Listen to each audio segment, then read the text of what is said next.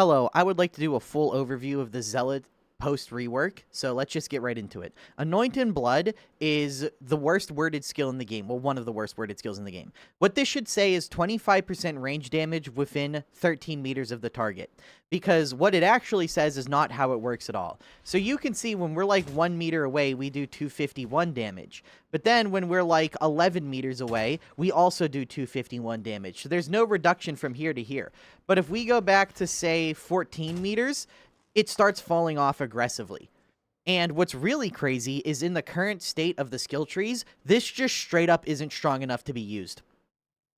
Which is wild because, like, you know, Veteran would take this all the time. But, yeah, this is just not good enough for Zealot to run anymore. Even though it does work with the Flamer. Disdain got fixed, so it actually does what it says now. Plus 5% damage on your next melee attack for each enemy hit stacks 5 times. I used to rant about this node all the time because it was terrible. So as you can see, I have 5 stacks of Disdain in the bottom left of my screen there. I hit 5 enemies, get another 5 stacks. The way this node used to work is you would do one attack, right? You would do one attack, get 3 stacks, then do another attack, and it would spend the stacks, but you wouldn't gain them again on that hit. Massive oversight on Fat Shark's part, and I'm happy they finally fixed it. And this node is now worth using, and I don't know anyone who even attempts to make the argument you shouldn't use this in every single build.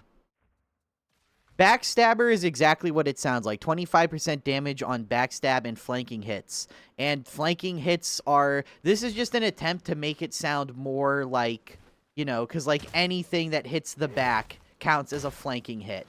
Even if it's not directly on the back, it's just an attempt at transparency. This node is still mostly terrible. I know someone's going to be like, what about stealth builds to one-shot bosses? One-shotting bosses is a gimmick. I'll talk about it later. It's just really not that useful most of the time, but we'll get into it.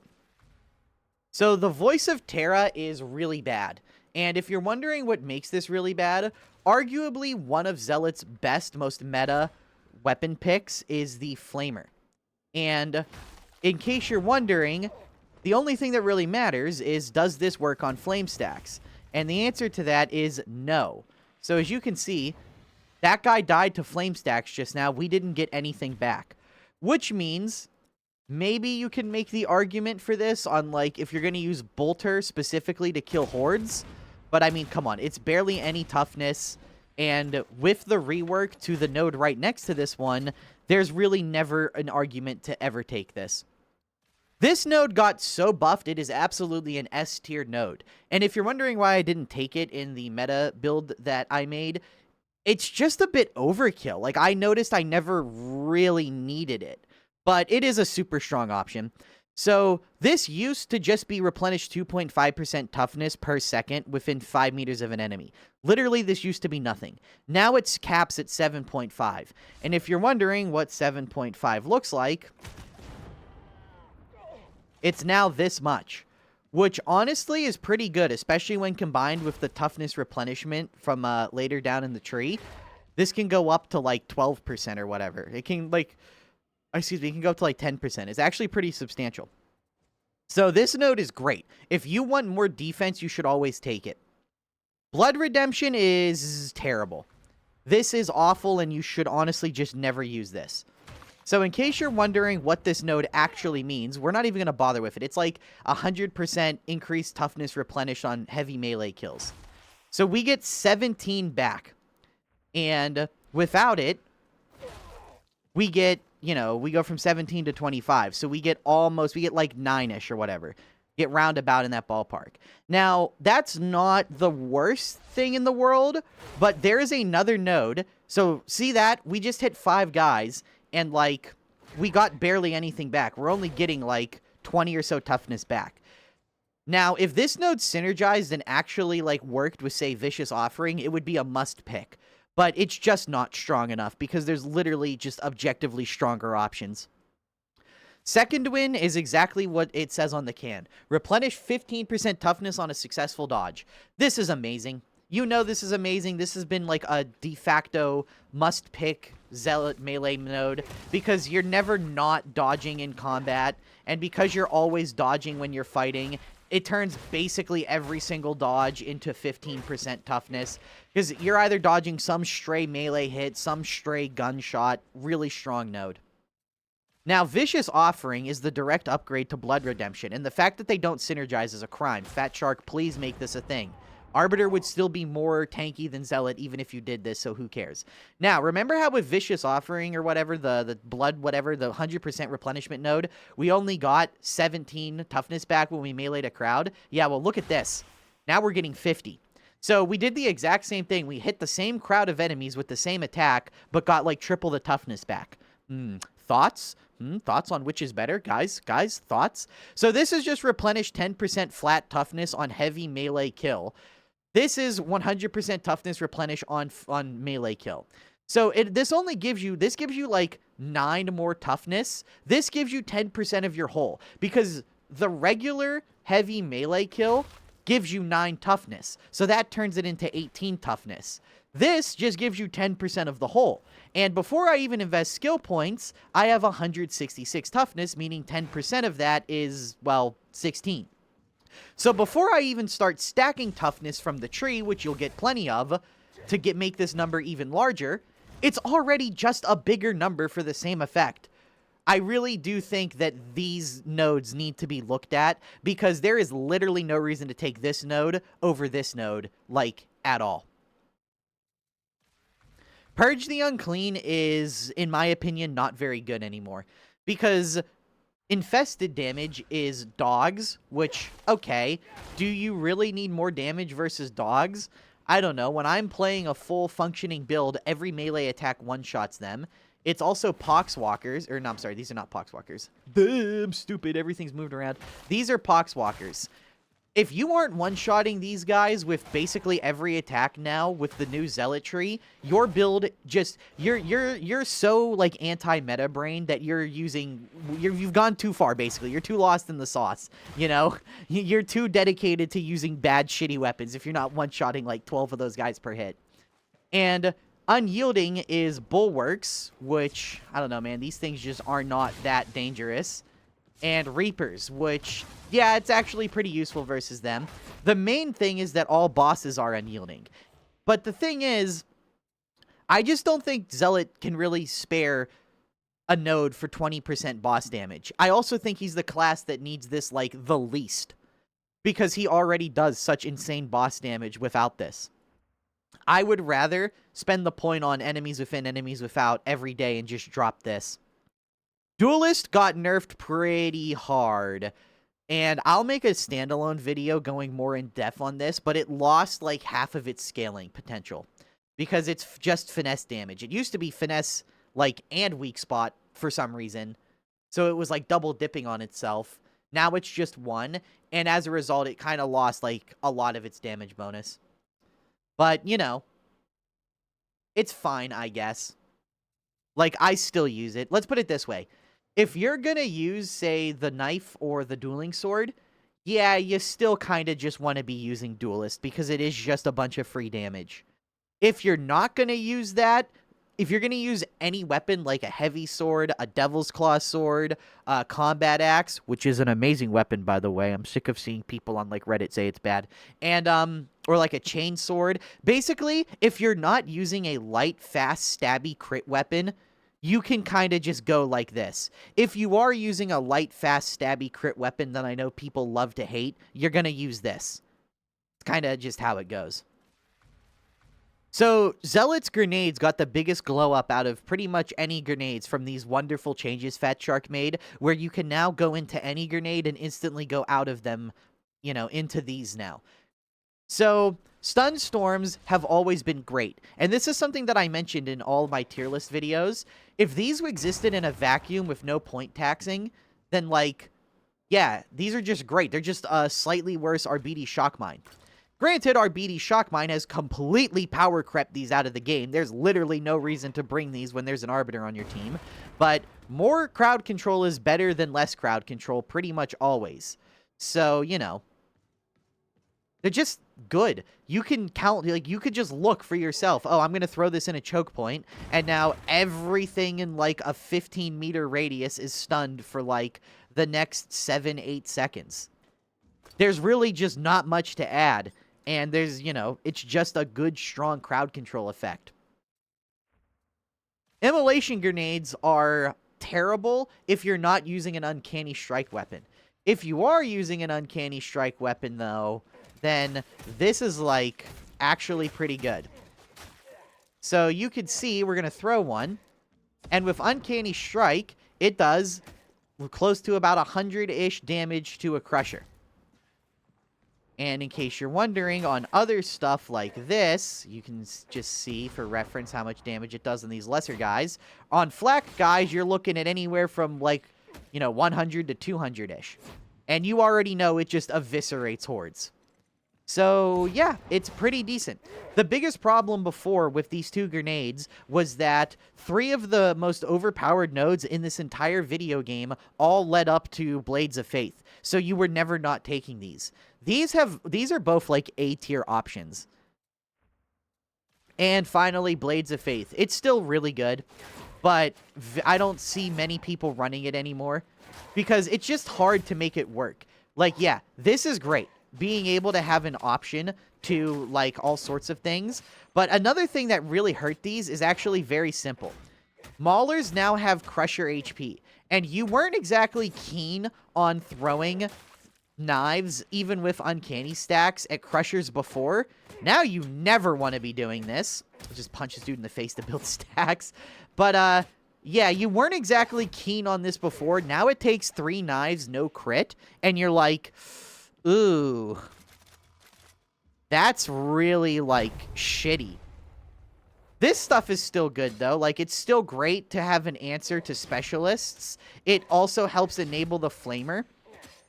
So that's the other thing. The way you're going to see these most commonly used now is because penetrating flame is amazing.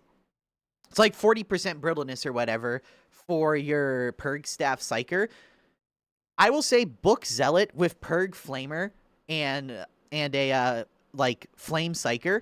This literally makes fucking Havoc a joke. It literally makes Rotten Armor shit a fucking joke. You will clear these hordes so quickly. Well, to enable the Flamer, which that's also why I said the Flamer is, like, the best melee, you really want to be able to, like, cancel like this, where you just throw the knife as soon as you pull the Flamer out. So that's a good use for it immediately. The second good use is if you are going to use a Flamer, you don't have, like, Brain Burst. You have literally no way to deal with, like, an enemy Flamer running in. Well, you just, you know, there you go. You hit the head and there you go. Now you have a way to deal with them.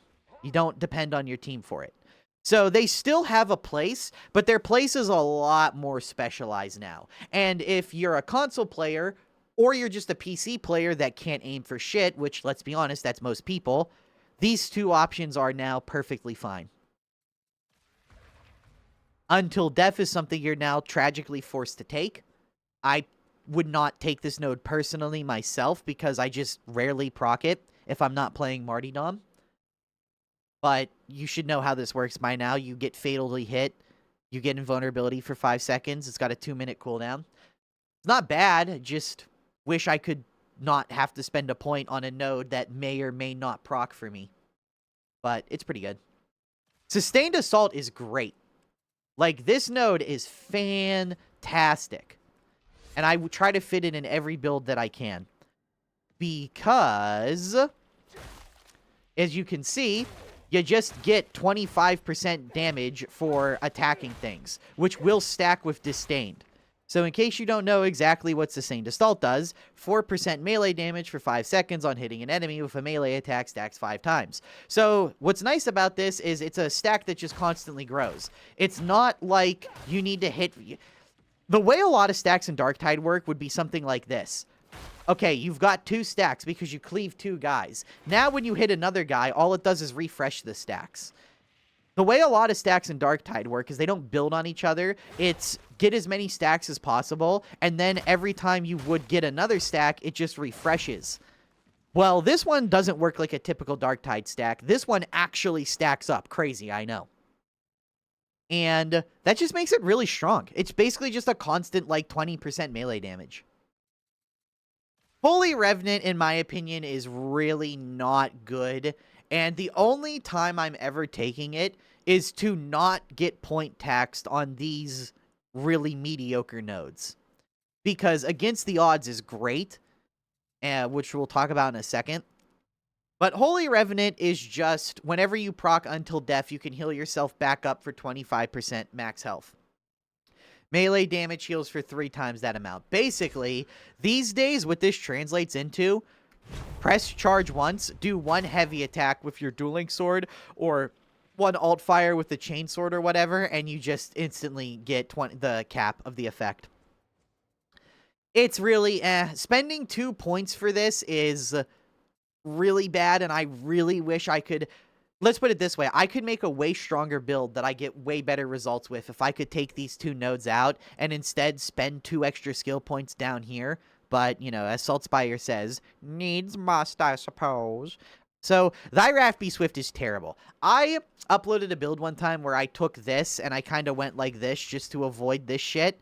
And, like, I really regret it, because Thy Wrath Be Swift really is a terrible passive. It has always been a terrible passive, and I will never forget the first time I uploaded a darktide video. One of the first videos I ever uploaded was the original, now unlisted, Zealot breakdown video, where I called Thy Wrath Be Swift garbage.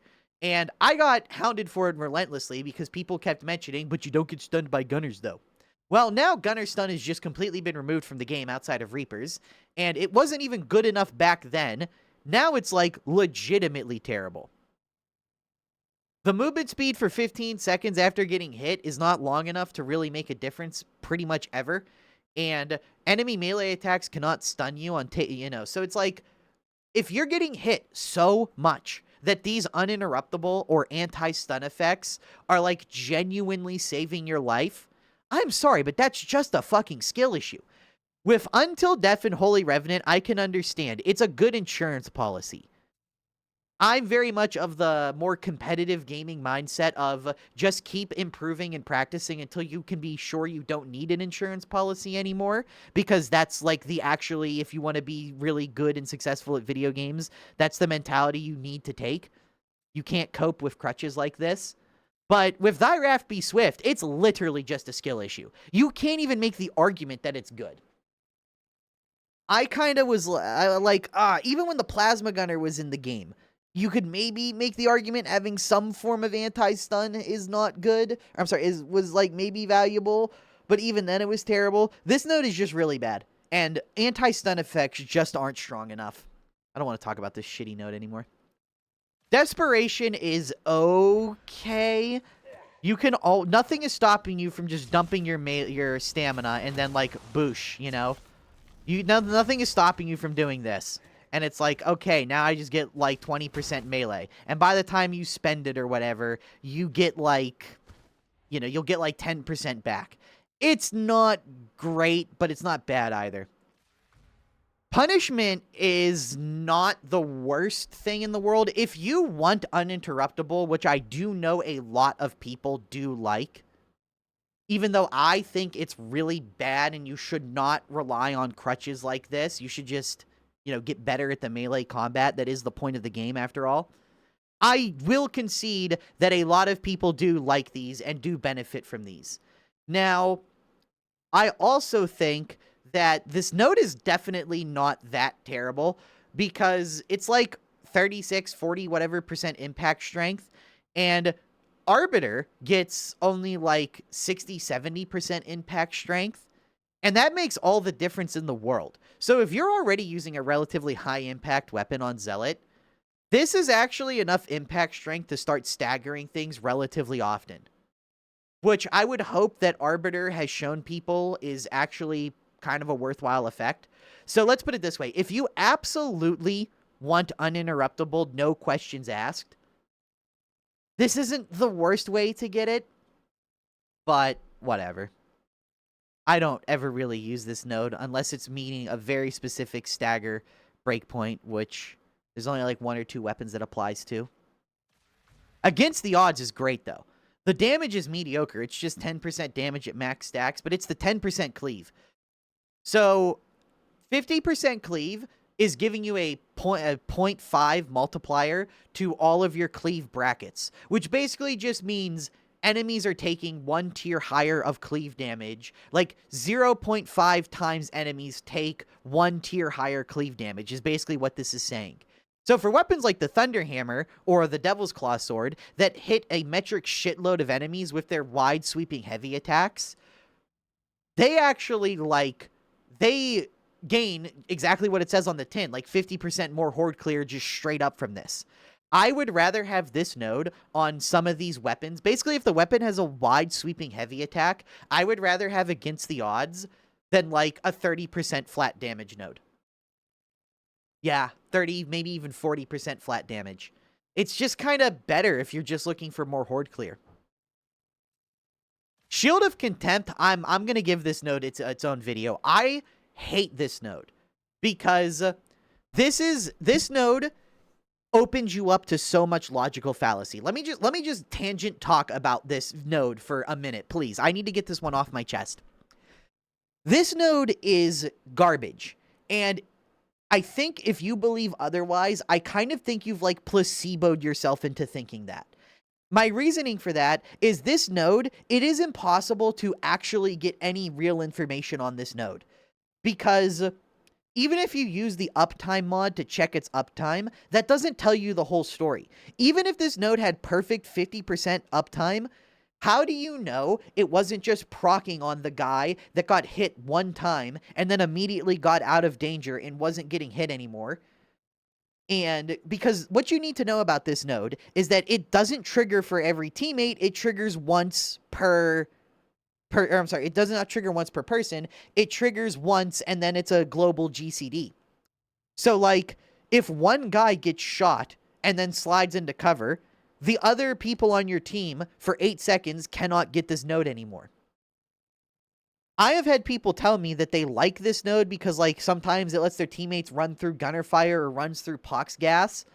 And to that, I would honestly say, do you genuinely even know for fact, like factually sure, that this node was the reason they were able to do that?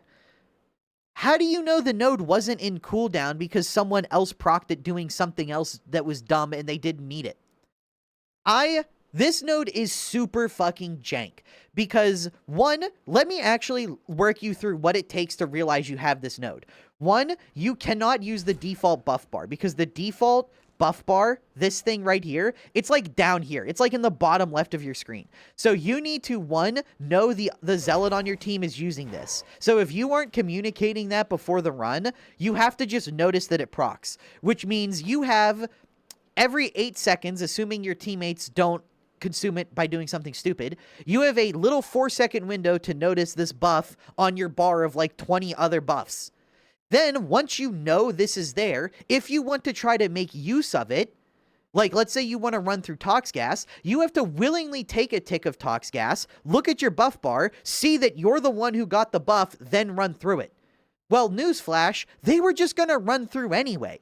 Maybe Shield of Contempt goes on them and it saves them like 50 toughness. Maybe it goes on someone else and they don't get it and it does nothing. That's the entire problem with this node. This node is super easy to talk yourself into. Oh yeah, they must have taken less damage because they got Shield of Contempt. Then you like watch their screen, you watch like a recording of their gameplay, and no, they didn't even have Shield of Contempt active at the time. Because every single person that I've talked to that told me this node is good, I've played a run where all 4 of us recorded it, and then we just watched it back to see who had Shield of Contempt where. This node is so fucking rarely good.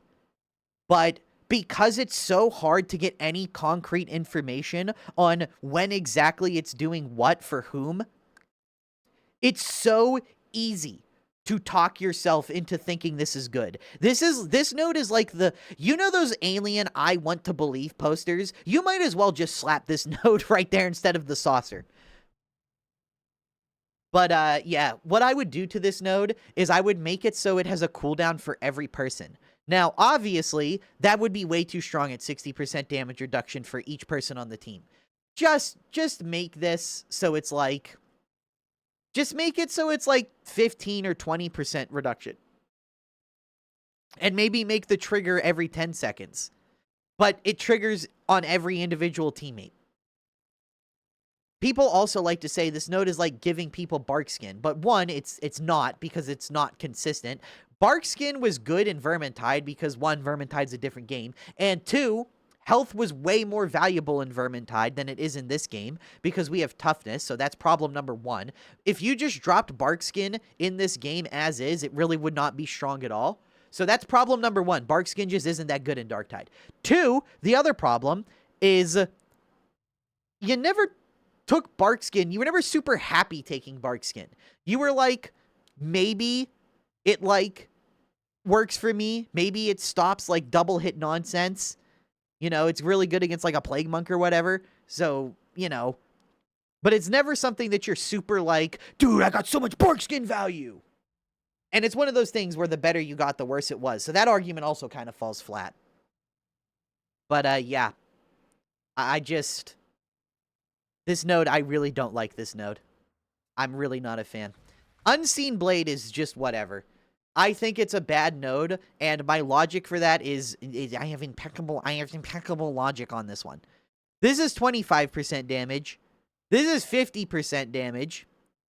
This gives backstabs something, 50%. So 50%, 50%, 25%, 15%. If you look at every single backstab node in this entire game, and then you compare it to Unseen Blade, it's just the lowest damage out of every single one of those nodes.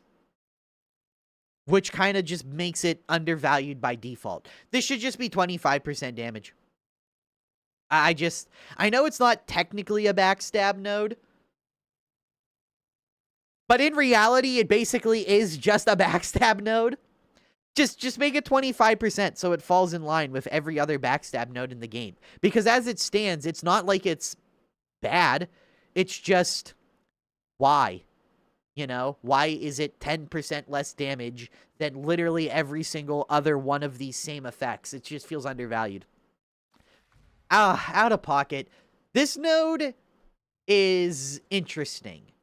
It's like the weapon specialist effect of not reloading in a much less accessible way. Now, if you're already taking backstab shit, it's not the worst thing in the world. Partly because Fat Shark is just done making really shitty nodes, for the most part, that don't do anything. But, so right here. Now, I have 17 ammo in my flamer. Now it's up to 21. It's, like, okay if you're just being like this and you're being really conservative with the flamer and you're constantly, like, stopping what you're doing to, like, proc up more of it. It's also more strict on what counts as a backstab than, like, it probably should be. And you see, like, boom, up to 17, and then you, like, do that. It's just not good. It's just not good. In theory, you can maybe get a little bit of use out of it, but it's just really shitty and mid. Providence is also pretty bad. This is another note I really wish I didn't take. Honestly, if you want to know why Zealot has fallen down and is widely considered to be like the worst class in the game, a huge part of it is that arguably the best way to build him involves taking 3 nodes that are dead like 99.99% of the run for a lot of people. So it's like, okay, you know, if you're not actually making use of Holy Rev and Until Death, like, let's say you have a run where these just never proc. You just don't go down. Like, fuck, I played through, like, 7 different Havocs as Zealot, and I didn't proc this a single time. So, fuck it, you know? Like, what use did I get out of this? Nothing. I just wasted 2 skill points. And, like, this. 25% revive speed is fine. The problem with this is if you look at your curios, you can get 12% on a curio. So, this is just 2 tier 3 curio perk rolls.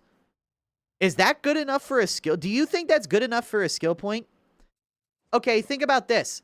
5% toughness is also a curio. Would you take a passive that was just 10% toughness? You know, like one of these. You know, like, would you, if you didn't have to take this node right here, would you take it? I don't think you would, because flat toughness is a lot better, but you can't get that. So imagine if this just said plus 10% toughness. Would you go out of your way to spend a point on it? No, you would never do that. So, and that's basically the same value that this is, except toughness is just more useful than revive speed is. They did buff revive speed. It's now assist speed, which means it helps with everything. Trapper nets, pulling people up, rescuing them from being dead. So, like, it's way stronger than it used to be. But at the end of the day, it is still ultimately building to go down. Curios get away with this because very rarely do you ever have 3 curio slots that you actually want to fill. You know, like, if you, like, you pretty much always want to use toughness. If you're good at the game, you always want to use combat ability regen. If you're not so good at the game, you always want to use gunner damage resistance. And then it's like, that last slot is always just like, I don't know, I don't really care. So it's like, for me, revive speed is competing with gunner damage resistance and, like, stamina regen. So honestly, I'd probably, like, I don't know, I go back and forth all the time because it's just, like, who cares? So often, it's like a who cares kind of thing. And then the other buffs are not even worth mentioning. 10% movement speed for 5 seconds no, unless you're constantly reprocking it, that's nothing. That doesn't even, you could remove that from the node and it wouldn't change how good or bad it is. 15% toughness damage reduction for 5 seconds is also basically nothing. Like, okay, if I revive you in, like, Tox Gas or whatever, and the toughness grace period ends and you have to, like, get out of it, what difference does 15% make? Basically nothing. This should be, like, 50% toughness damage reduction for, like, 10 seconds. Then, like, that effect would actually be... If this was, like, 25% movement speed and 50% toughness damage reduction and it lasted for, like, 10 seconds, then, like, going out of your way to, like, run and try to clutch the res is, like, actually rewarding. But it's like, I don't know, like, these buffs don't help you get out of the situation that killed you. Because here's the thing, right? Here's the problem with all of these, like, buff teammates when you revive them. The point is, the idea is that you're gonna run revive speed and take this, and then you're gonna, like, go in for a clutch revive that you otherwise wouldn't get. And then with the buffs, you'll be able to fight back to your team. The problem is these buffs are just not enough to ever realistically do that. Let's say someone got shot to death by, like, 5 Dreg Gunners. And for some reason, you don't deal with the Dreg Gunners. Now, you see, if you do kill the Dreg Gunners first, and then you go for the revive speed and these buffs, literally, it doesn't matter if you have 0% revive speed or 1000%. It doesn't change anything. So realistically, this, you know, the only way to actually get use out of this stuff is if you need to get a pretty clutch revive then and there. And the problem is, these buffs are so astronomically minor that they don't help the person who just got downed not get downed again to the thing that just got them down. It's the same reason why every single good player in Payday 2 always said Inspire Aced is terrible. It's the literal exact same thing. But, you end up having to take it because of pathing. Maybe there's a reason Zealot is, worse off after this patch. Anyway, Faithful Frenzy is 10% melee attack speed. You just kind of always want this because attack speed is so goddamn hard to come by. And it's just a multiplier to your flat damage bonuses. Good balance should be taken. I'm going to tell you this right now. Do not trust anyone who posts a meta build and they don't take good balance. Because one, good balance is just one skill point. Like, if you see something like this, like someone is like, oh, we're going to take Purge the Unclean and not good balance. You kind of know they don't really know what they're talking about all that much. Because this is damage reduction. And in case you don't know how the formula works, damage reduction and toughness damage reduction are not the same. Which means they do not have diminished returns because they aren't multiplicatively, like, stacking percentiles. Which means if you get, like, 60% toughness damage reduction, this is another flat 25% that takes place after that 60% has already happened.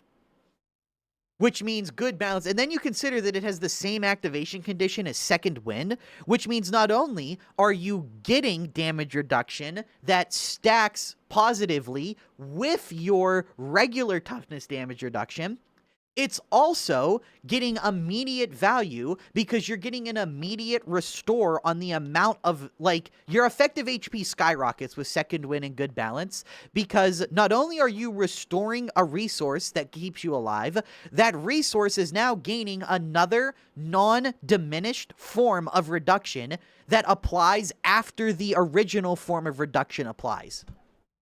So not only, so you're like, if you need to take 100 damage to die, 100 effective HP, good balance and what's called second wind, these nodes combined can pump that 100 effective HP up to like 150, 200 sometimes. Once you factor in bleed through and your other forms of resistance, this can absolutely, remember, damage resistance in every video game ever. Any MMO tank can attest to what I'm saying here. Damage resistance is only good when it's stacked to an insane degree. You either need significant constant healing and restoration of the resource that's getting the reduction, or you need so much of the reduction that you have reduced everything down to basically nothingness. And without good balance and second wind, you can never really reach that point. Impassable is pretty bad. Gain 25% block cost reduction while dodging and for 2 seconds afterwards. Perfect blocking and attack restores 3 dodges, 8 seconds internal cooldown. Yeah, this node is awful. I mean, I don't think anyone doubts that. 25% block cost reduction would have the exact same problem as Providence, where this is just the effect of 2 curio rolls. That's not worth a skill point. And then you consider that the Fat Shark, for some reason, thought that would be so strong. They also gave it a, like, stipulation of while dodging and for 2 seconds afterward. Buddy, you could make this 50% while dodging, and I still wouldn't take it. But, restores 3 dodges on perfect block is the reason you would ever use this. Problem is, that's just not good enough with an 8 seconds internal cooldown. Agile is a really powerful blessing because you can spam it endlessly, which means you have effectively infinite dodges, which really opens up your survival options. But if Agile had an 8-second cooldown, it would be a terrible, like, F-tier blessing. So this is basically, to put this into perspective for you, this is literally just 2 curio rolls and a blessing with a gigantic negative stapled onto it. Would you spend a skill point on something that was 2 curio rolls and like a below tier 1 passive effect on your weapon? Would you spend a skill point on that? Because that's what this is. I wouldn't spend a skill point on that. This node, Retaliatory Defense, this is a node that will either be so overpowered it's game-breakingly strong and everyone uses it, or it's just laughably weak like it is now. On block break, you are no longer stunned. That's okay. And instead, restore 50% stamina. Hey, those are pretty good effects, actually. Problem is, 12 seconds cooldown. So this node absolutely needs a long cooldown. Because imagine if this was like a 4-second cooldown. You would be kind of immortal because you just block, get your block broken, dodge once or twice, and then hold block again with the free stamina and stun immune. And you would just, like, endlessly be caught in that loop of just not taking damage. So, but with a 12-second cooldown, this node is just bad. Like, it's just really bad. Because, 1, when are you getting block broken? How often is that happening? 2, if you start blocking more aggressively because you want to make use of your block break node like this, you know, it's just, you don't spend skill points on a rainy day that may or may not happen. And when you do spend skill points with that kind of, like, thinking and logic, it has to be, like, something that a rainy day that you know is going to happen. I can't remember the last time my fucking block got broken. And this node would not incentivize me to block more because I have insurance that if it gets broken, I'll be fine. Because if my block just got broken, I'm probably in a situation where it's going to get broken again. Unless I just get out of that situation. I don't know. This node is just not worth a skill point. Abolish blasphemers. This is fine. 15% damage versus elites. Well, I will say this node is also kind of undervalued for what it is. Zealot gets like 25% damage here. He gets, like, realistically 20% damage off Duelist. He gets 10% here, so this is kind of shitty. He gets like 20% here.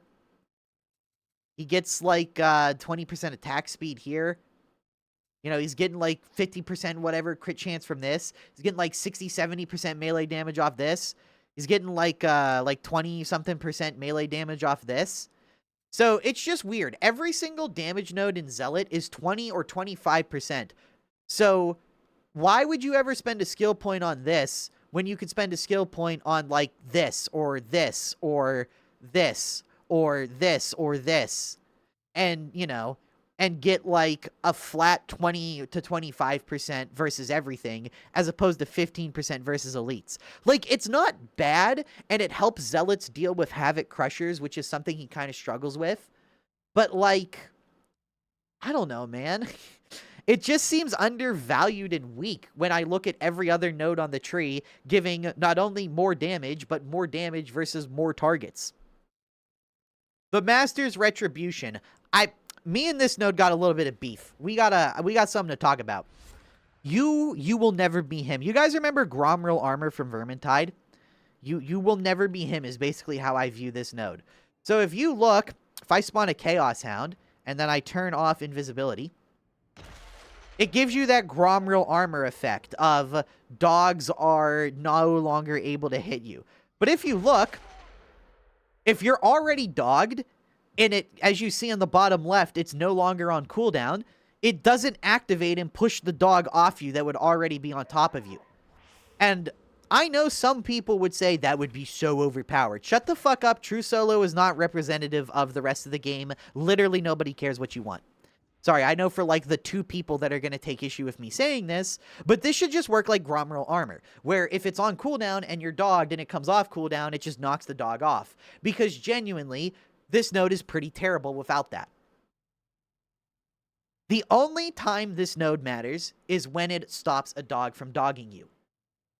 But if you got hit at any point before getting dogged, which, let's be honest, the only time you do get hit by a dog is if you're already preoccupied with melee and you're like in a bad position and you can't just dodge, or your dodge is severely reduced because of enemy hit mass stopping you from moving, which means you've probably already taken melee damage if you're in that situation. Basically, the situations where you get dogged in the first place are oftentimes the situations where you would have already spent the Master's Retribution. And the fact that it doesn't work like Gromril armor, just... no. It's just a really bad node, even for, like, soloing. Dance of Death is terrible. The only time you would take this in the past is because it was kind of shoved in your way, so you could kind of cope and try to make it work. But the problem is, like, on successful dodge. Fat Shark, please just make this on dodge. Just make this the weapon to where if I'm playing, like, with a revolver, just make this node give me that spread and recoil when I just do this. So that I just do this, and then my next shot is, like, 100% perfect accuracy. This would be especially helpful if I'm, like, boom, dodging, and I don't want to ADS. This would be super duper helpful for sniping with shotguns. You know, you take all their spread away and they basically become a slug. This would actually make shotguns so much better, because you could keep their horde clear potential like this, their ability to cleave and whatnot. Then you would just have a way to dodge and turn them into a slug on demand. I genuinely don't understand why this isn't the way this node works. Anyway, Grievous Wounds is also not terrible, but it's not worth taking. Now, if you're going to take, like, Grievous Wounds and Punishment, you know, you could maybe start staggering a decent amount of stuff. This is, like, what I like to call the discount, you know, the we have Arbites at home package. Because that's basically what you're trying to be right Keystone Arbites at home. You have the Cleave from that one node Arbites has, you have Impact from the Keystone, and you have Stagger from the other node. It's ghetto and bootleg as fuck, and it's generally not worth doing, but hey, it's kind of funny and memey.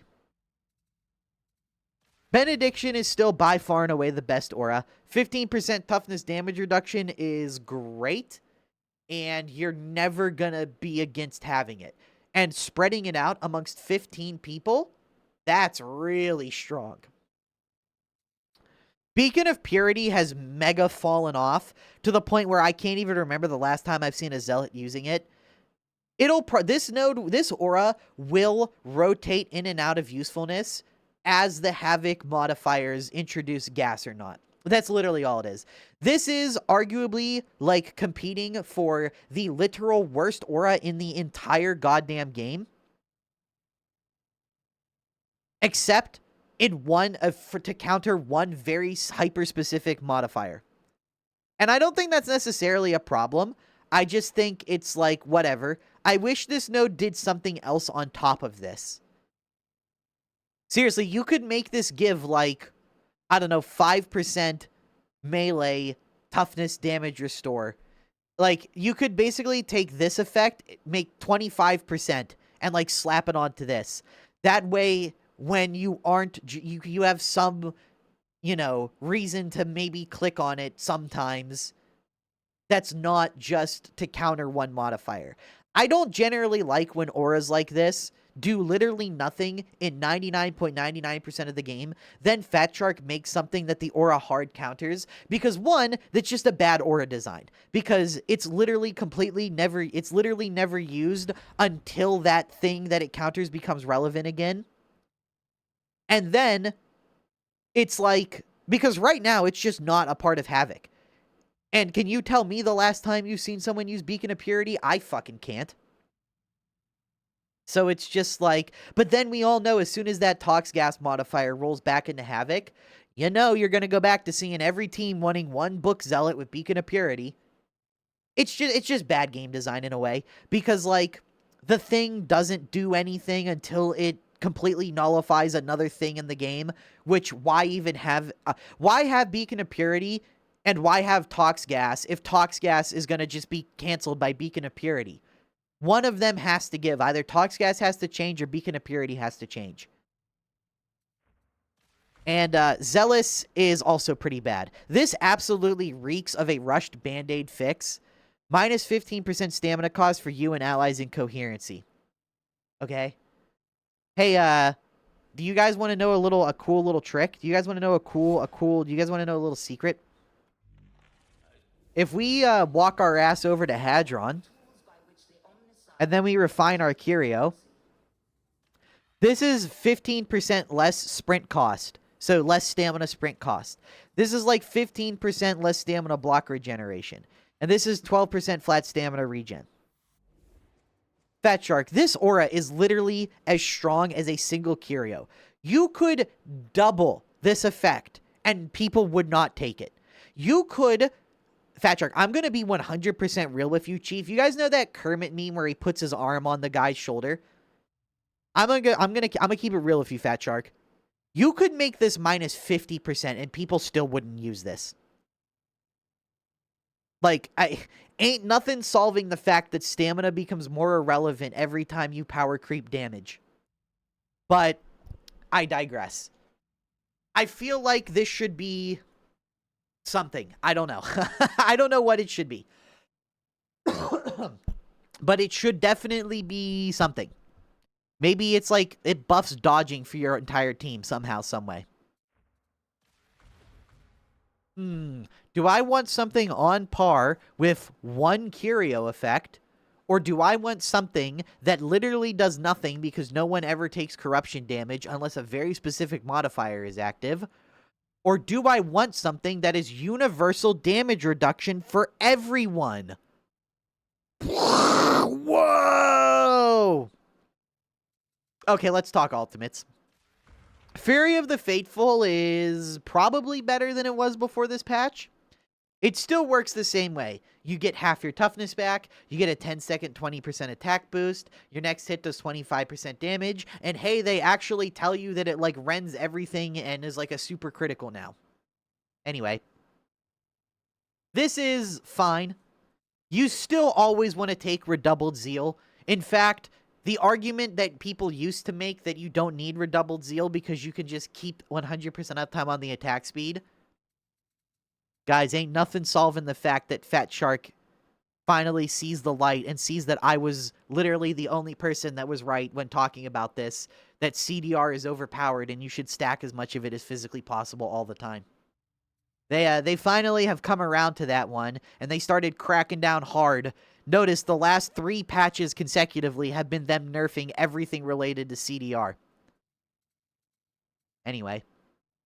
So, they also added a second ability modifier, which even with this, you still don't get the same CDR that you used to get, but you this is just a tax node, basically. Killing an elite or specialist within 5 seconds of using Fury of the Faithful restores 20% ability cooldown. Maximum 1 use. Yeah, I mean, it's exactly what you think it is. You pop the thing, and then you do the attack, and you get, like, 7 seconds back on the thing. It's, pretty good. You basically have to use it to try and maintain the attack speed buff now. Melee damage is actually a pretty decent operative modifier, which is right below it. I don't understand this one, and this one is kind of... It's okay. I know what you guys are thinking. He's about to go off on Book. He's about to go off. He's about to go off on it. He's going to go off on Book. It's totally going to happen. Actually, I'm not. So we're just going to use Pious Cutthroat. You can technically get more from Invocation of Death, but we're just going to use Pious Cutthroat. I just want you to watch this, okay? I just want you to watch. And I want you to, like, count down in your head how long it takes to use Book now. Because they did nerf this shit, but... I smite thee. Just get an idea of what it's like. You know, how long the actual intervals are between a book now. And you can see that it is much longer than it used to be. But it's not that long. It's not so long that I think book is, like, dead. It's like the literal fucking never use this shit ever, blah, blah, blah. I don't think it's like that. And then we book again. So you got to see it takes about 30-ish seconds or so to get a book back now. Even with constant Pious Cutthroating. That's rough. But book is still super strong. So, 2 things have conspired to make book...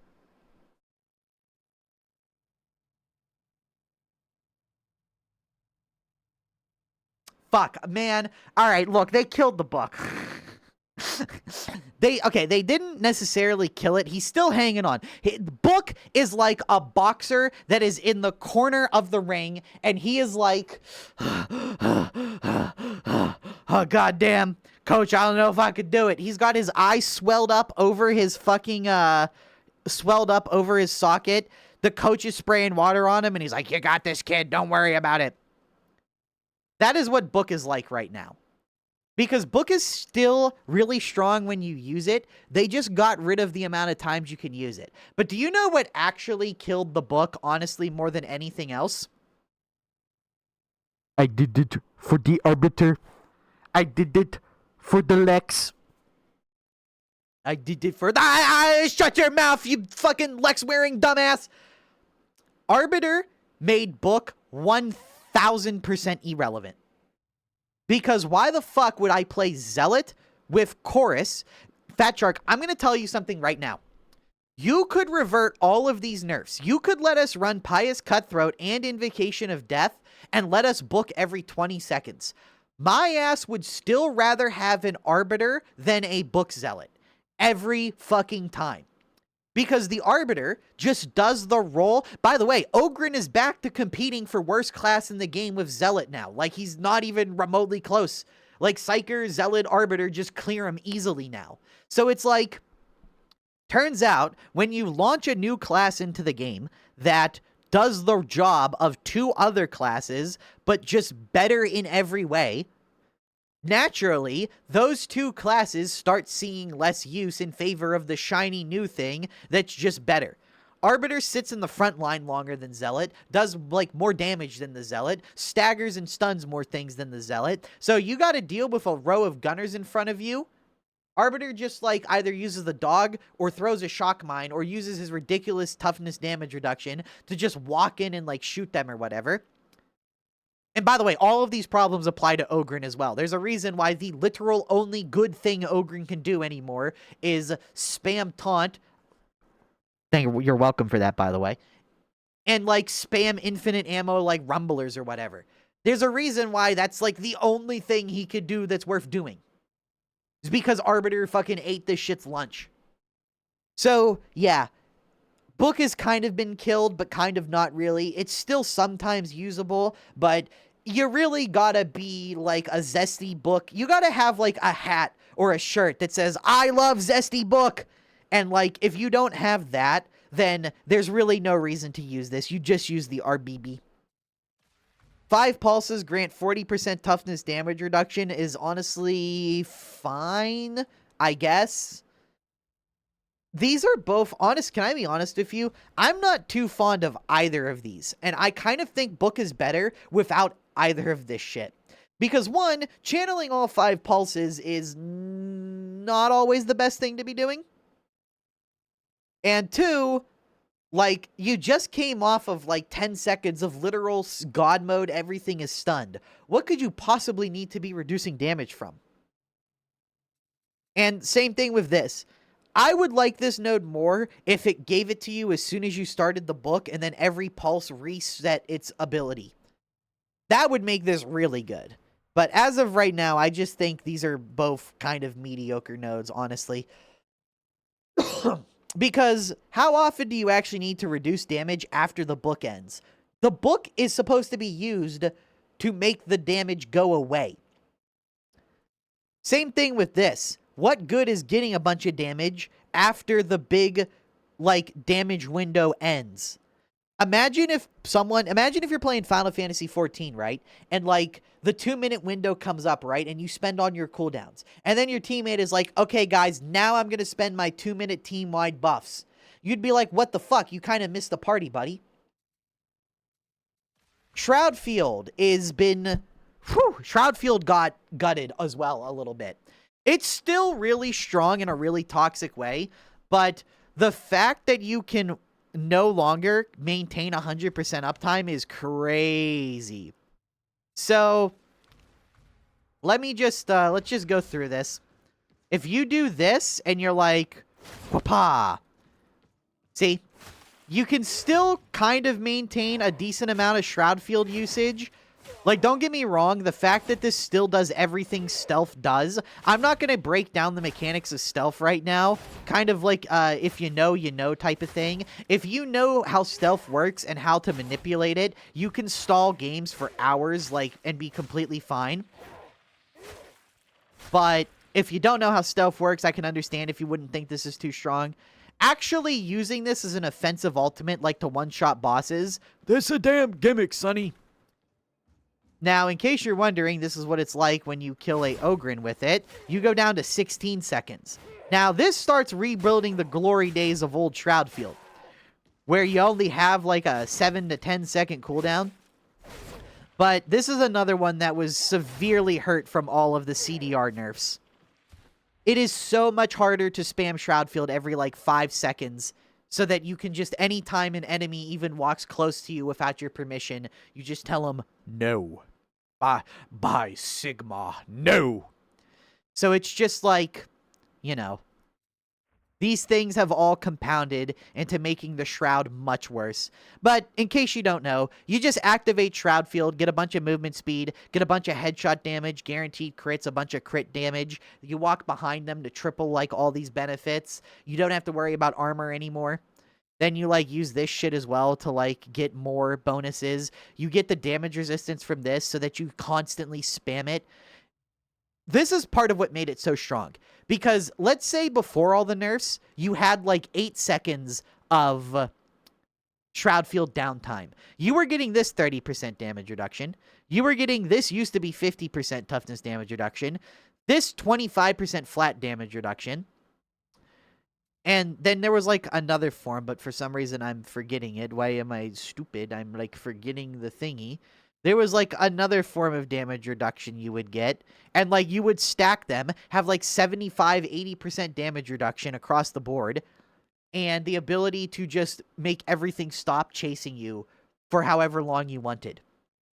It led to a lot of relatively low skill speed runs that let people beat missions or stall them out forever. But yeah. And the side notes for Shroudfield are also kind of whatever. Invigorating Revelation is exactly as good as it used to be. Instantly getting half your toughness back, 30% damage resistance for 8 seconds is insane. But the fact that Shroudfield is so much less spammable just kind of automatically makes it less valuable.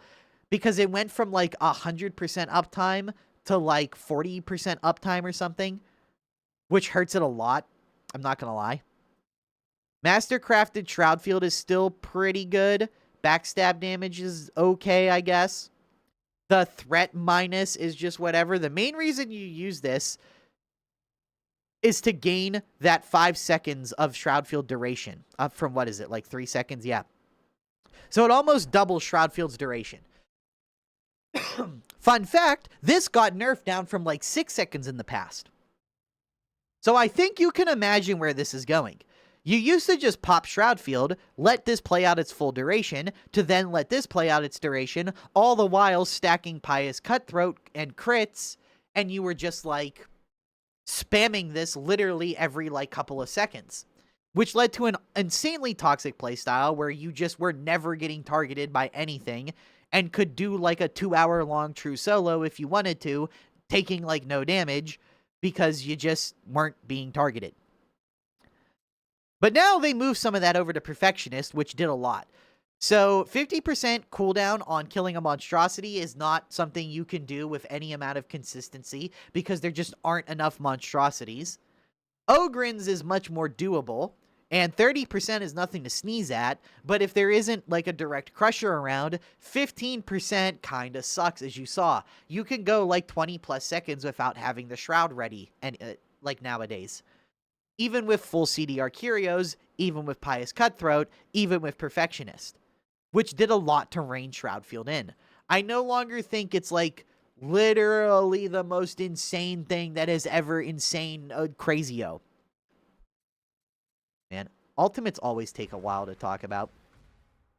Scourge, it is a long and very terrible chain you are making, Scourge. This is, yes, I know it's not Scourge. You don't have to correct me in the comments. Unless you want to comment on the video, then you're more than welcome to.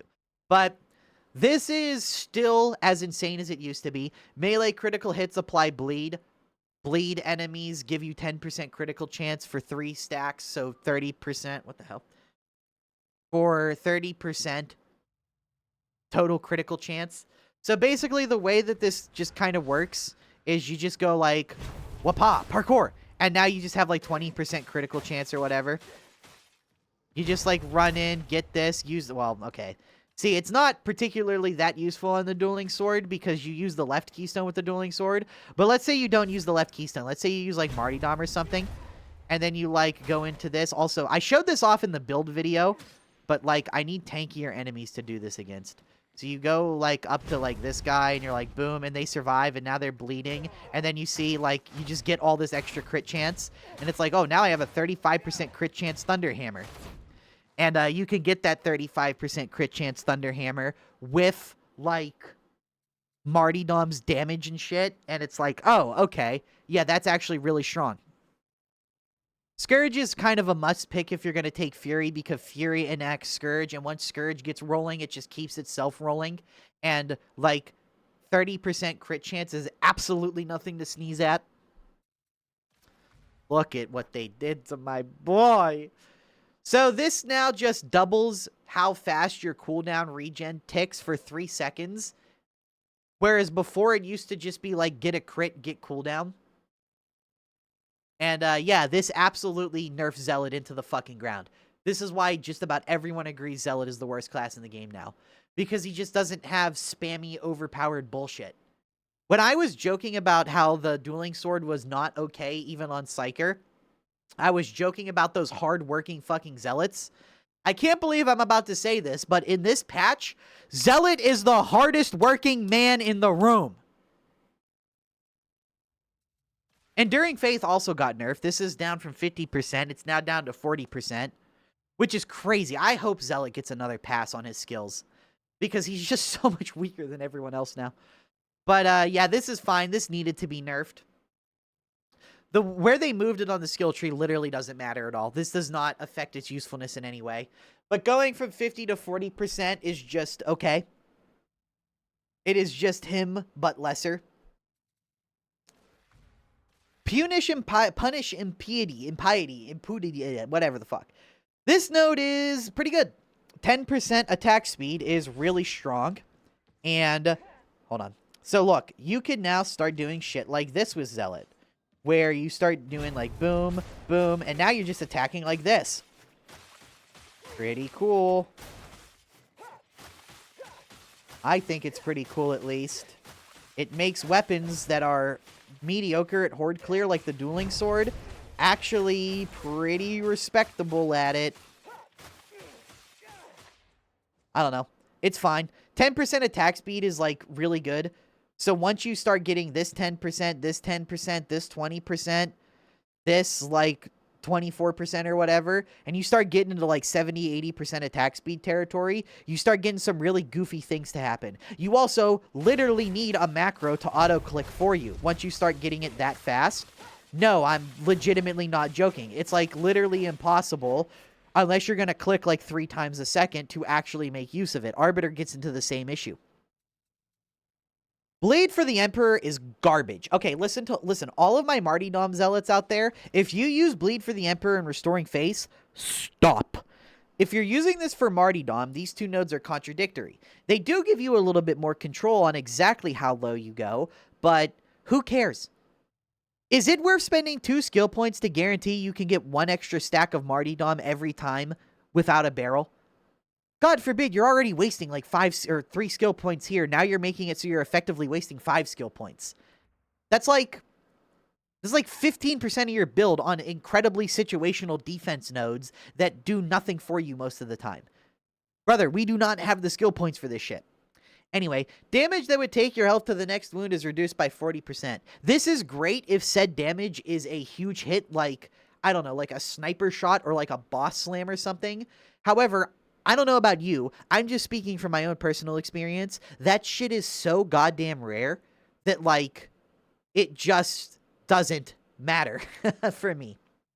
Because let's say this procs on, like, a regular, like, 50 damage trash mob attack. Well, okay, you already have so much damage reduction that 50 damage, like, Poxwalker attack, it skyrockets all the way down to like 17 damage or something after all the calculations are done. So this just makes that go down from 17 down to like 10 for that one particular attack. None of the other attacks that brought you there, just that one. So if this, here's a full list of things that if this activates on, it effectively did nothing. It reduced like 10 or less damage. Every single trash mob melee hit in the game. Every single gunshot in the game. Every single ticking dot from like fire or pox gas. Every single boss attack that isn't a big slam. Every single like quick jab attack from like crushers or maulers that wasn't their slams. Yeah. And now if you're saying, wait a second, that's like 90% of the attacks in the game. You'd be right. This node on 90% of the attacks in this fucking video game give you like 10 or less damage reduction if you're playing Zealot correctly with all your damage reduction active. So you can't even make the argument that you're taking this like for general defensive purposes. Because again, why would you do that? It's so little defense once you actually look at what it does, like you watch.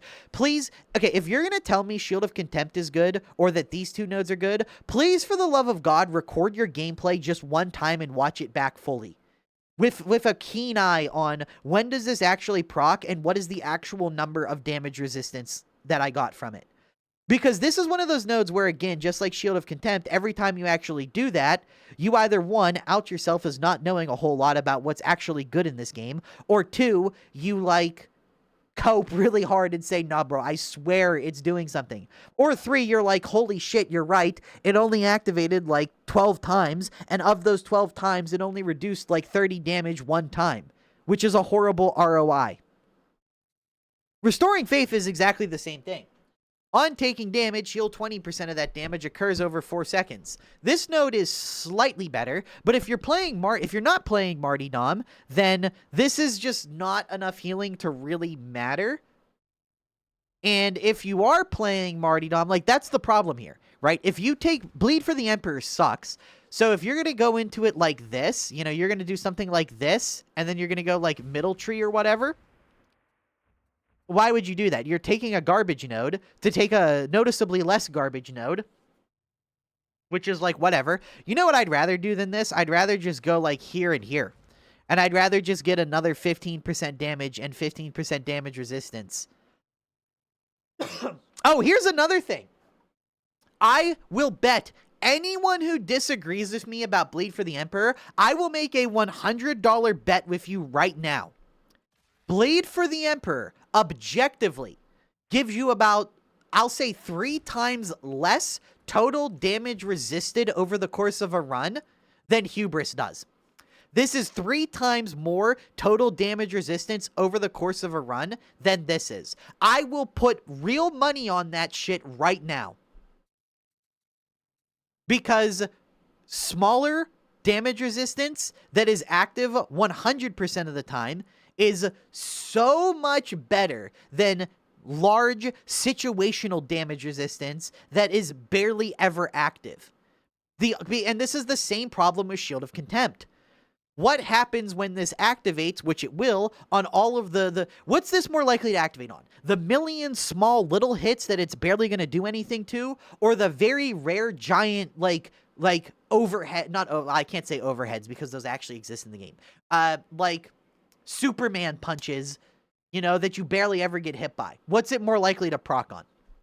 Then you look at something like Enduring Faith, which is the same amount of resistance, just basically with 100% uptime because of the activation condition, and it's like, wowzers.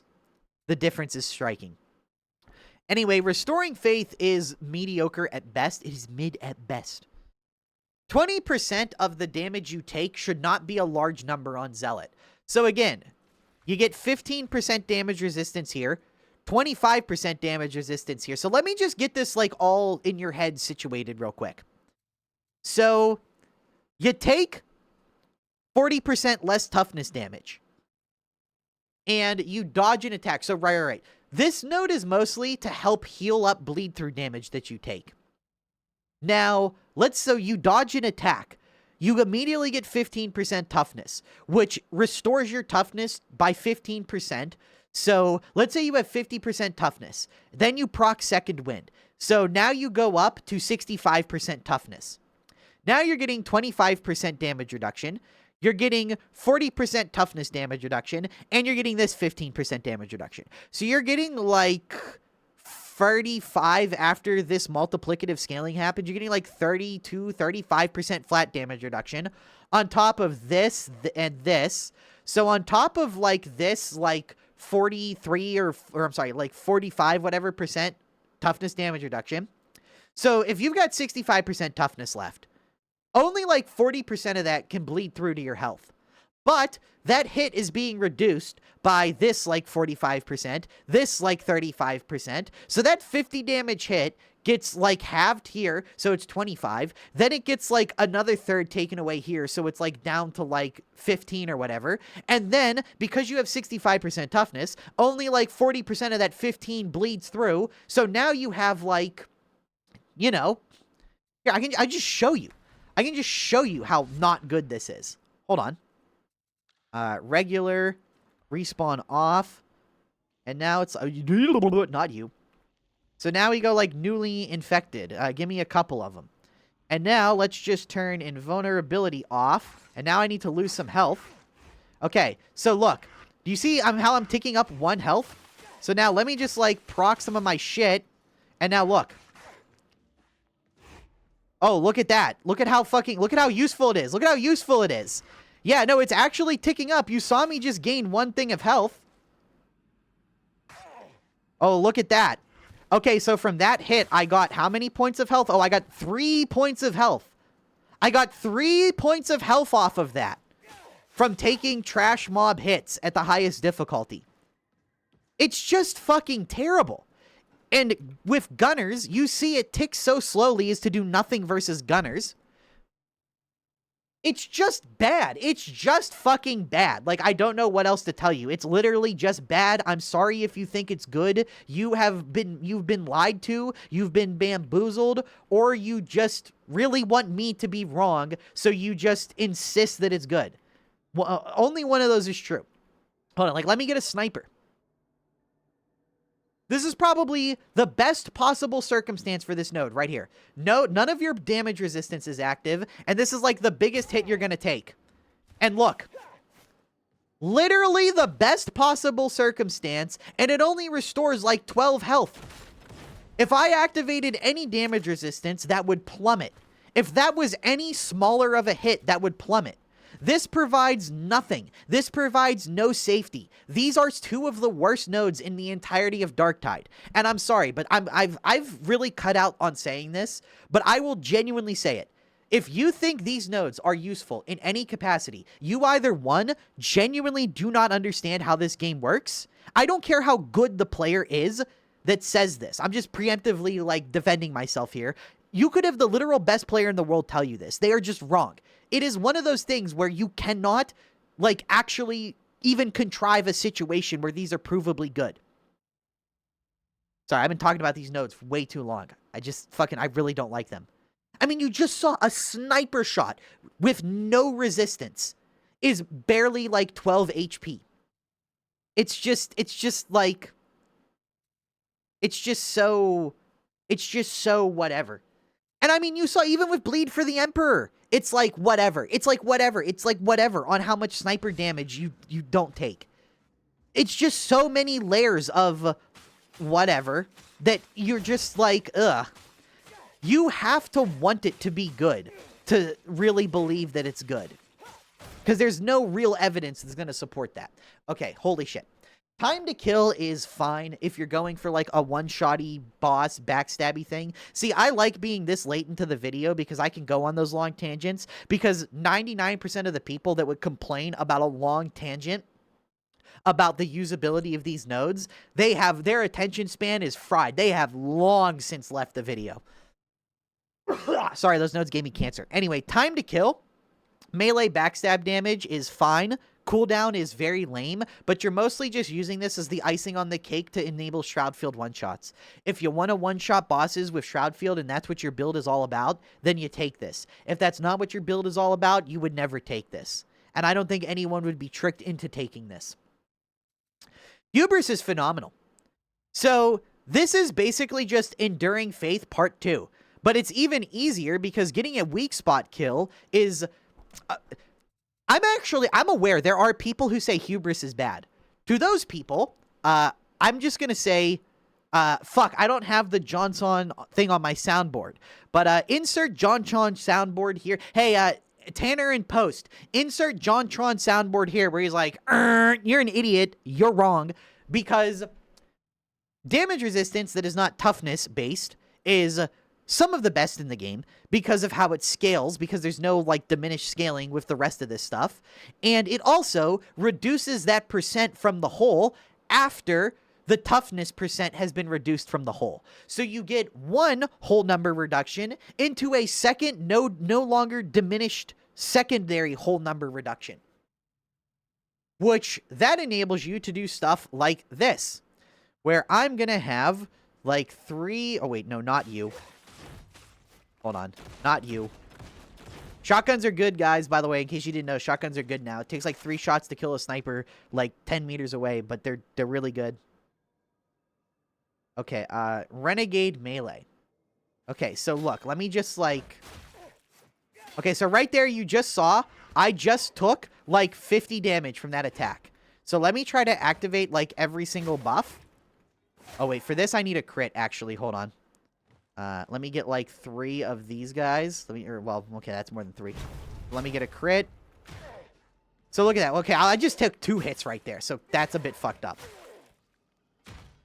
But yeah, look. We reduced what is like a 60 whatever damage attack down into like the 40-30 zone because of that.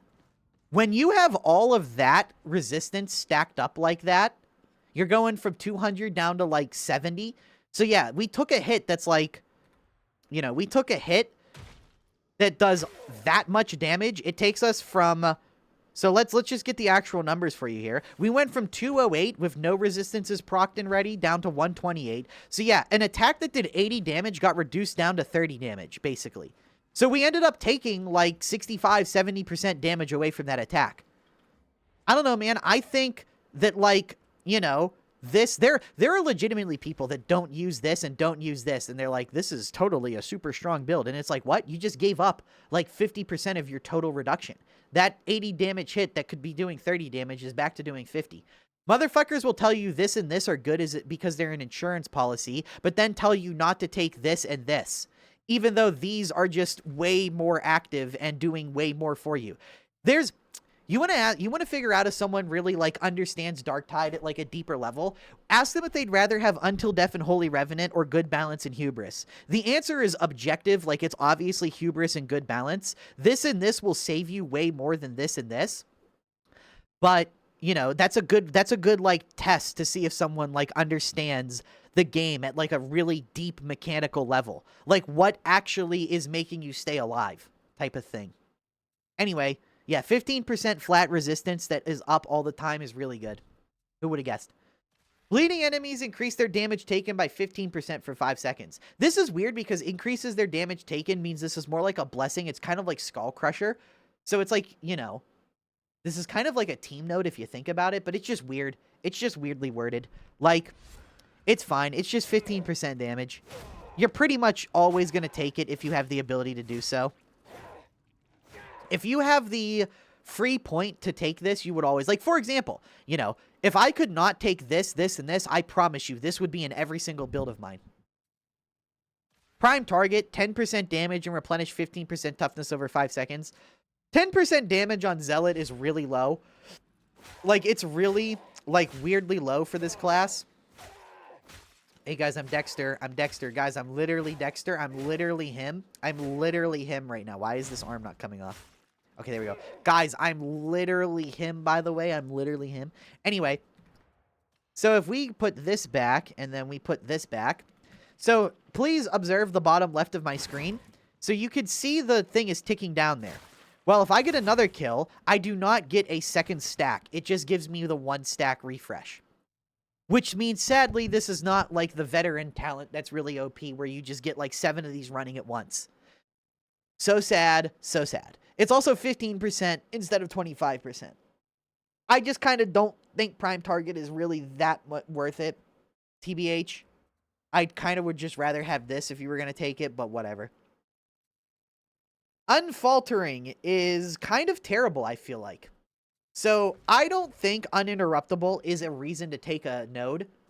And the actual difference in speed is nice, but come on. So just get a feel for this. Just watch this in action. Get a feel for it. And then let's take this off. Like, I don't know, man. Just don't start a heavy attack 5 meters away from the thing you want to heavy attack, I guess. Like, I don't know. That doesn't sound like... This enables me to start a heavy attack 5 meters away from the target and then walk into it. Also, if I get hit when walking into it, while I'm charging that heavy attack, I do not lose the heavy attack. I don't know, man. Stop getting hit so much. Stop going for bad heavy attacks. And stop charging your heavies when you're nowhere near the thing you want to hit. Like, I don't know. Are there really people out there that are like, yes, a crusher. Let me start my melee attack over here and then walk into it. I don't know. Weird note in my opinion. If you play Martyrdom, you take this. If you don't play Martyrdom, you don't take this. Heavy melee backstab kills suppress enemies within 8 meters, 5-second cooldown. We need to have a fucking talk. Come here. Come here. Come here. Come here. Come here. Come here. Come here. Hold on. And then we go to Hadron. And then we, I didn't even have this set up for the video. Hold on. Look. Come here. We re-bless. Where is it? Terrifying presence. Suppress enemies with an 8-meter radius on close range kill. This is, in my opinion, without a doubt, the worst blessing in all of Darktide. Watch, observe, if you would. That's what it does. So, if you're wondering what an 8-meter radius is like, though, that, oh yeah, wait, sorry, I wasn't close enough to the target to proc it. Because we all know, just suppressing this, suppressing from right here to right there, this circle of suppression, that is absolutely worth having a stipulation on. This is literally a downgraded version of what most everyone in the community widely agrees is the worst blessing in the entire game. This talent is a downgrade to the universally agreed upon worst tier 1 blessing in the entire game. This skill node is worth less than a tier 1 blessing on your weapon. It is like a tier 0.1 blessing level of power. Man, before I was telling you it's not worth taking like 2 curio rolls wrapped into a skill point, imagine how bad this shit must be. And it has a cooldown too, which is crazy. I don't even know how you would begin fixing this. You begin fixing this by removing it. That's what you do. You just make it a completely separate node. Relentless Fervor has gotten a bit of a glow up in a way. Sprint speed and minus 10% sprint cost. Sprinting for 1 second grants slowdown immunity. This node used to do basically nothing, but now, as you can see, it's actually an okay speed boost. It makes these like these sprints that don't have stamina kind of rival sprints that do have stamina now. And this makes it so you could never, let's put it this way, if this node existed, and oh my god, this weapon is fucking terrible. There are people that try and defend this weapon. They're like, it's not that bad. Come on, bro. Shut up. Anyway. 10% sprint speed is a lot. Minus 10% sprint cost is literally less than a curio perk, so who gives a shit about that? And the slowdown immunity is also not that good. It's like fine quality of life for like burgles and like reapers and shit, but if this game still had full gunner stuns where like just getting shot by a gunner slowed you down and stunned you slightly, then I would say this is great. But without that, this is just mediocre at best. Riposte, though, is actually pretty good. 15% melee damage just for successful dodge because, let's be honest, you're going to stack this up really easily. It's just another, so now you get health back for dodging, you get damage reduction for dodging, and now you get flat damage for dodging. I don't know, seems pretty good to me. Okay, let's talk Keystones. My boy Blazing Piety. What a glow up. This was already one of the best Keystones in the entire game, and then they buffed it for some reason. So now you can take this and this. So now you can get 25% crit chance off this while giving like 7% crit chance to your entire team. Dude, the Psyker aura that gives 5% crit chance is like actually staring at the closet that has a rope and a chair in it. He's like actually staring at it. This is like double. This is the equivalent of 2 auras worth of value from one node. Stalwart is also insane. So triggering it replenishes, which whatever, but while it's active, you have 25% damage reduction, so you get this so by the way, remember when we took that 80 damage attack and turned it down into a 30 damage attack? If we activate Stalwart, that 30 damage attack turns into like a 20 damage attack or whatever. Because remember, since that number is getting further reduced by these damage resistances, Zealot can get to like 80 flat damage resistance now after it's all said and done, which is like just crazy. But replenish 2% toughness each section is really nice, and the 25% damage reduction is really nice.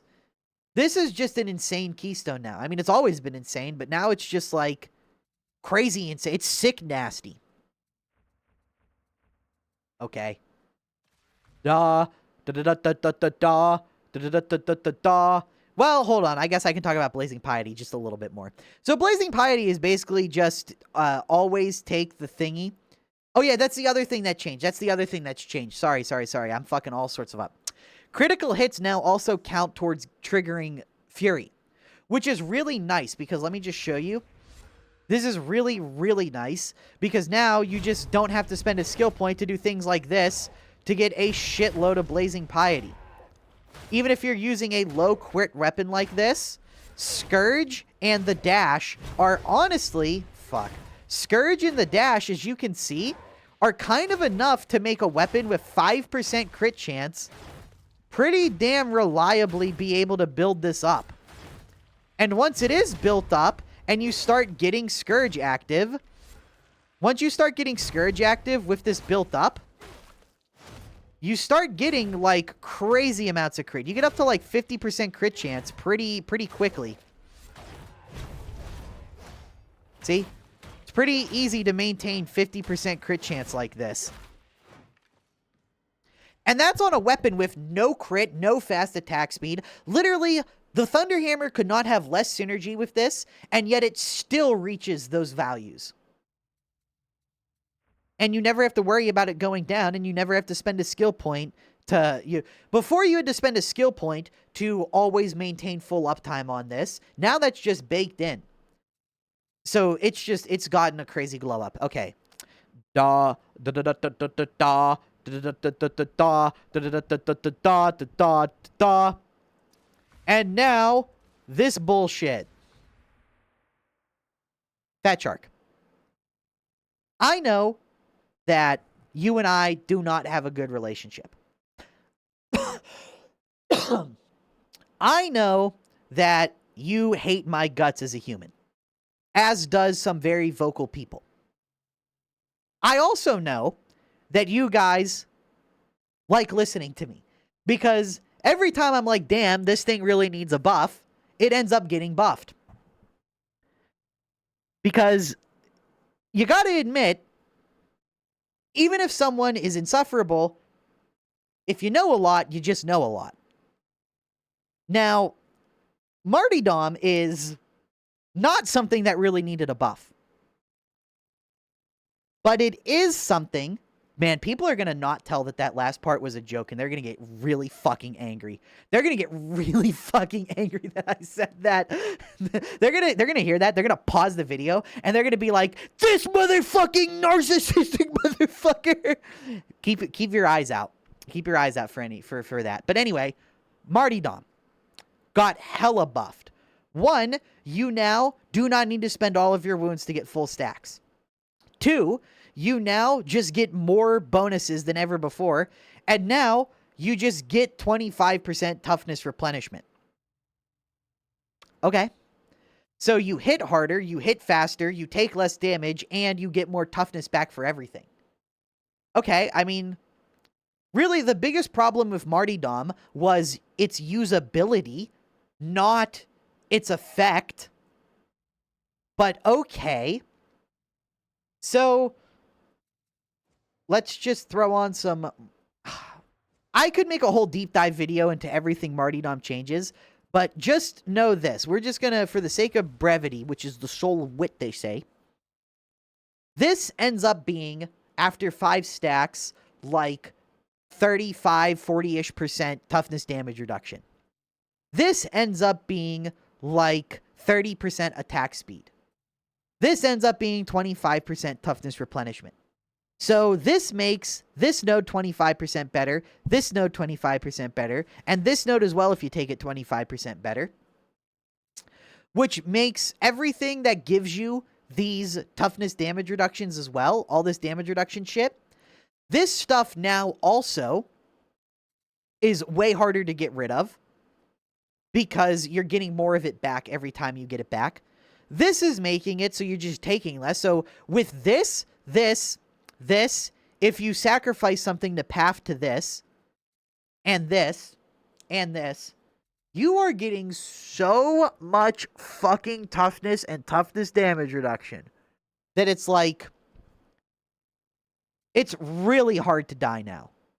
Here, let me just show you.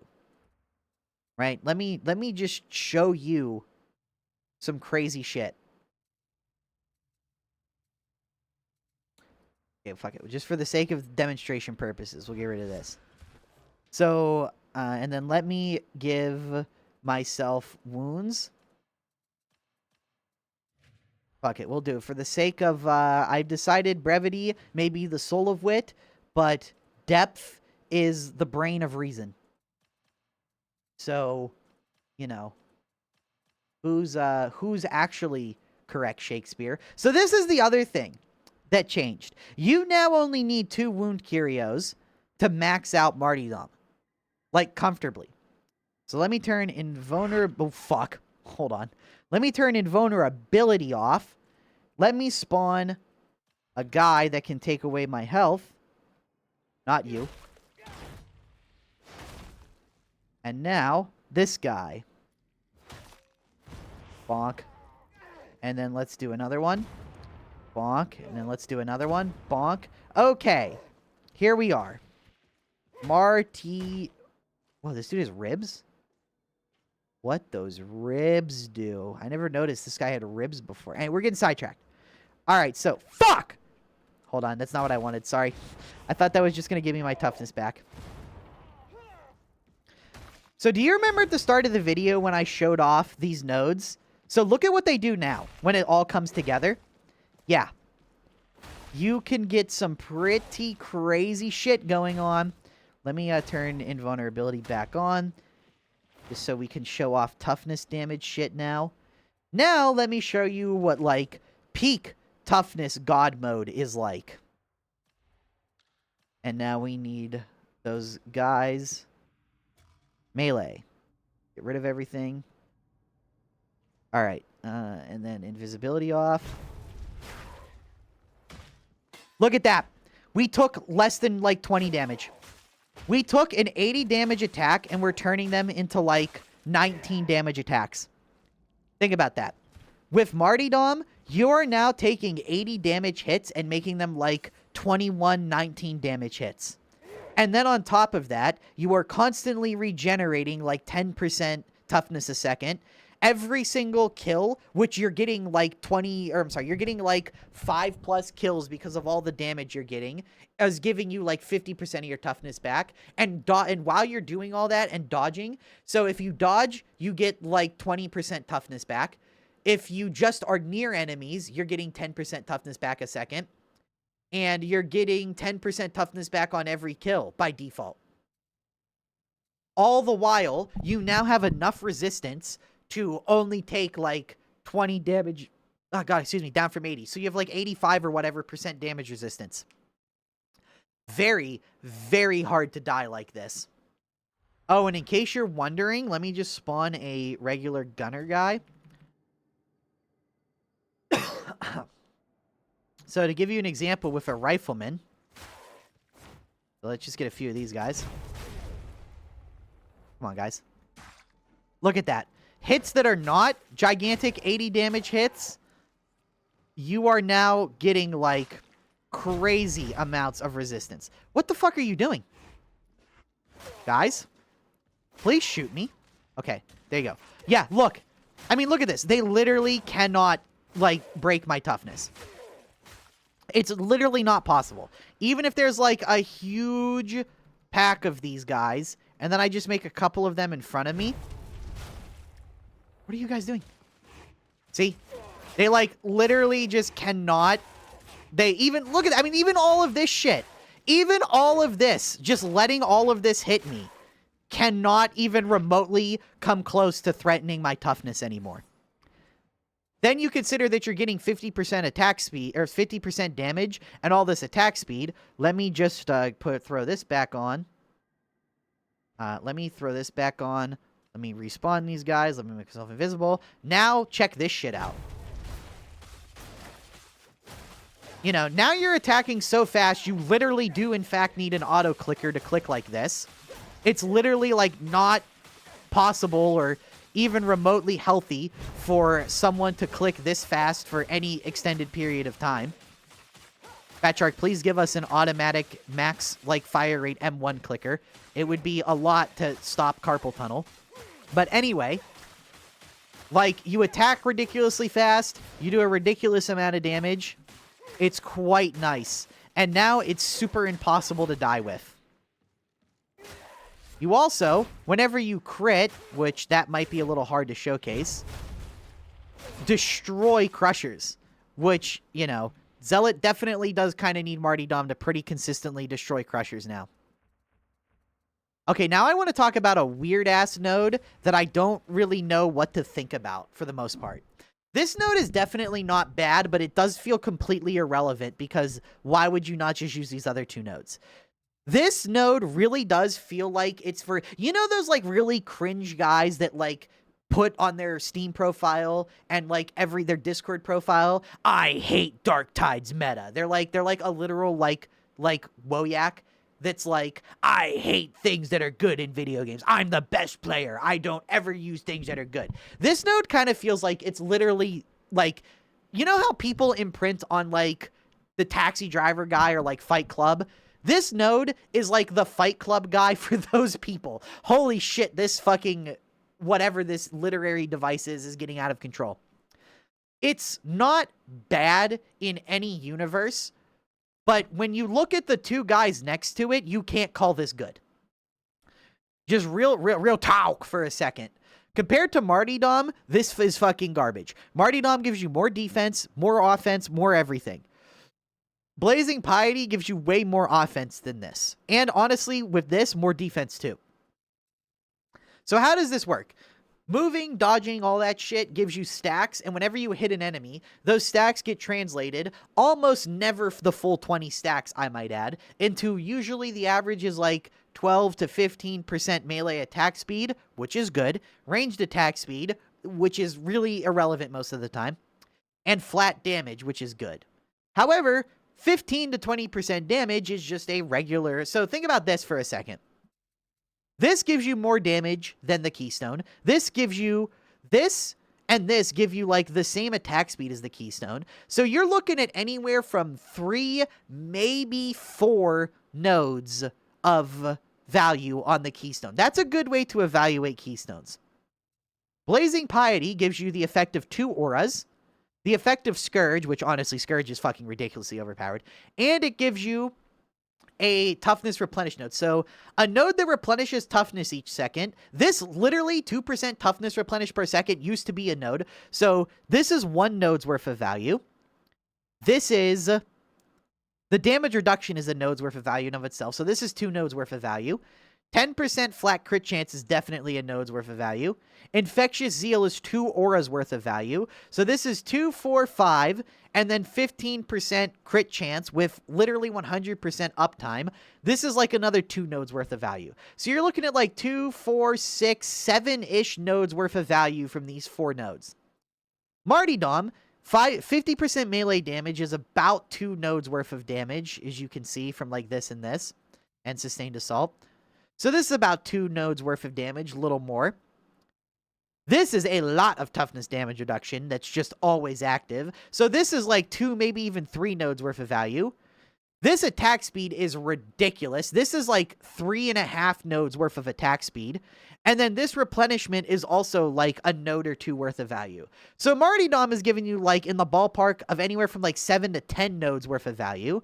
And then what is this giving you? 15 to 20% melee attack speed. That's about 2 nodes. That's a node and a half to 2 nodes of value. Regular flat damage at 15% is like 0.75 nodes worth of value. This replenishment is like a node's worth of value. This is kind of... So, and here's the problem, right?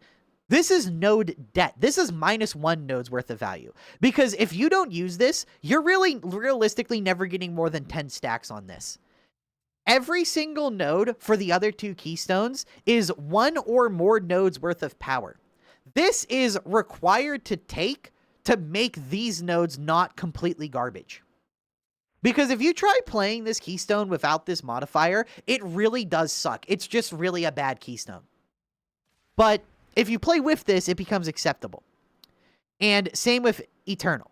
You kind of need Eternal and this, but that's really the thing, right? These 2 nodes only exist to make this last longer. So this is -1 nodes worth of value because you got to take it to actually get the value from this. And then this is another -1 because you got to take this to also actually get lasting value from this.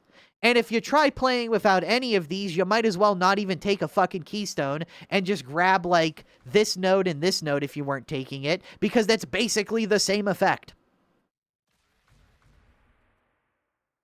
So, this is just objectively, it's not bad, but it is objectively so much weaker than the other two options that unless you deliberately want to play bad, like, less powerful builds for the sake of challenge, there's really no reason to ever bother using this. That's kind of just sadly where it's at right now. Would you rather have 50% melee damage or anywhere from 10 to 20% melee damage? Would you rather have like 35-40% toughness damage reduction or no toughness damage reduction? You know, this is 25% as well. Would you rather have, I mean, think about this for a second. Replenish 0.4% toughness per second per spent stack of momentum during its duration. Okay. So this is like 8% toughness replenish per second. Okay, well, just taking this and this gets you past that. So this combo alone gives you more replenishment. And it's like, sure, you can take that with this too, and that's nice, I guess. But like, how good is that actually when, you know, you can just get the same effect through this or this? You know, this is like a quarter of this at the end of the day. This with this is competing and better than this. But that's my point, is that it's like neither of these keystones, this is not a unique effect to this keystone.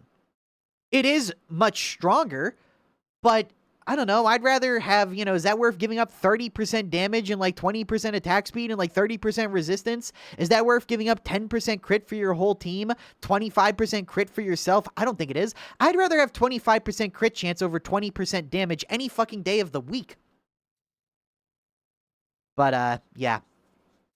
So as far as loadout goes, the meta for the zealot pretty much is just the dueling sword, and the relic sword, the relic blade competes with the dueling sword, but I just think it's worse. I don't know. Every time I try playing with it, I'm like, that's cool, but the dueling sword is literally just better. You know, like, that's just kind of how it is with this weapon. Like, okay, yeah, you know. Also, it has, like, not so good marks. And then the other mark that's, like, technically better, people tell me, is, like, less rewarding to use.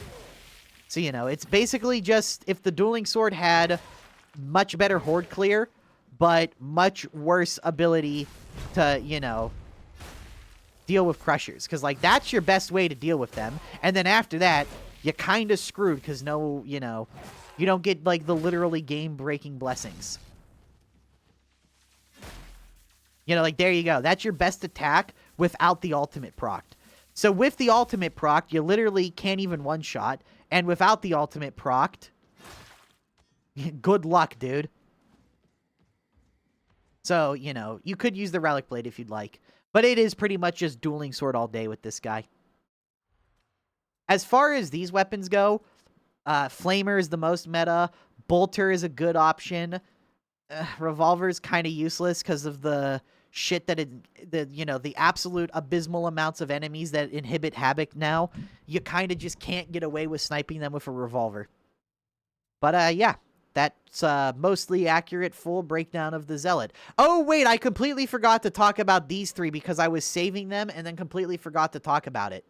Okay, hold on. Hold on. Sorry. I also see that I skipped this node as well because it's just terrible. I literally forgot this fucking node existed. Hold on. 10% stamina on melee critical hit with a cooldown is literally who gives a fuck. Stamina doesn't matter anymore. It's not important. It doesn't really help you. No one cares. And even if this had no cooldown, people probably wouldn't use it. These abilities are all basically pick your flavor of Pious Cutthroat because Pious Cutthroat is the best. 75% ability cooldown is a lot. And, like, honestly, this and this are about on par now because they nerfed this 2 times in a row. So, if you're not going to use this keystone, just take this. If you are going to use this keystone, just take this. Really, this and this are kind of on par with each other. But, yeah, that should be a full breakdown of the Zealot.